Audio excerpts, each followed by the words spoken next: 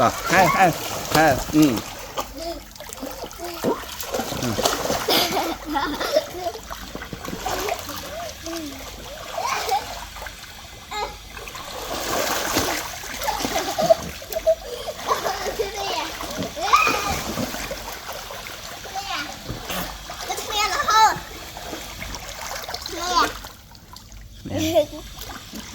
Mà chà này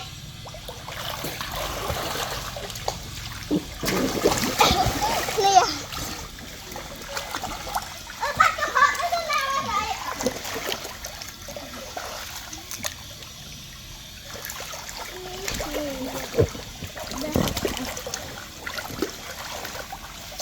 Mùi đau khó trà nè trà nuôi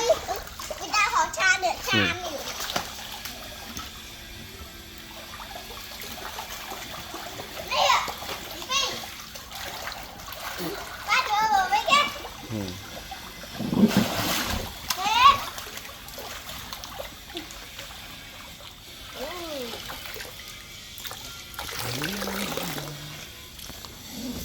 Phát nữa đấy Phát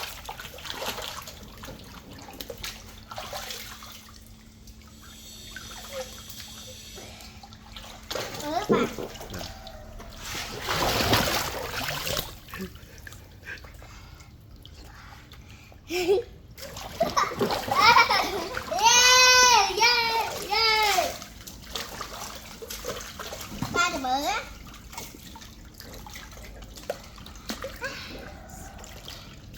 Scuba diving Hello, hello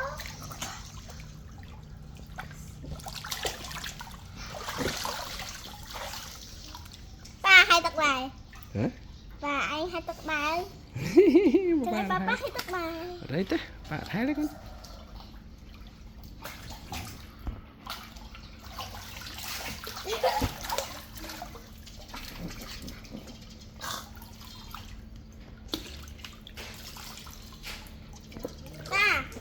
con mới chạy tranh á chụp với đấy cùng thơ trong tiên tập thơ thầm mò đấy tôi chắc ba đồng ông chụp với ba đồng ông từ đấy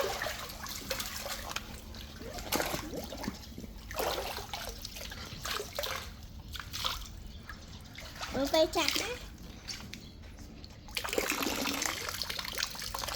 ở từ đấy anh nói với anh ta cần ốc kia và với tao họ chan mà nhé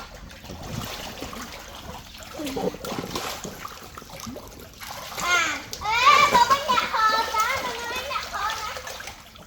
mà nuôi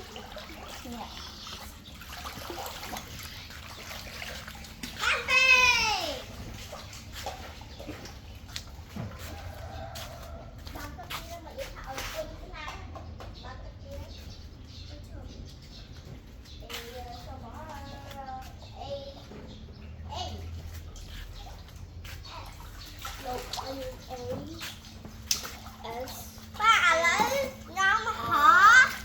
cha được ở kia là ASMR đi mùi ASMR đi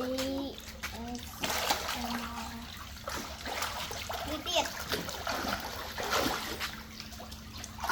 lấy vô thử quay đi rồi ok rồi bye bye Kana bye bye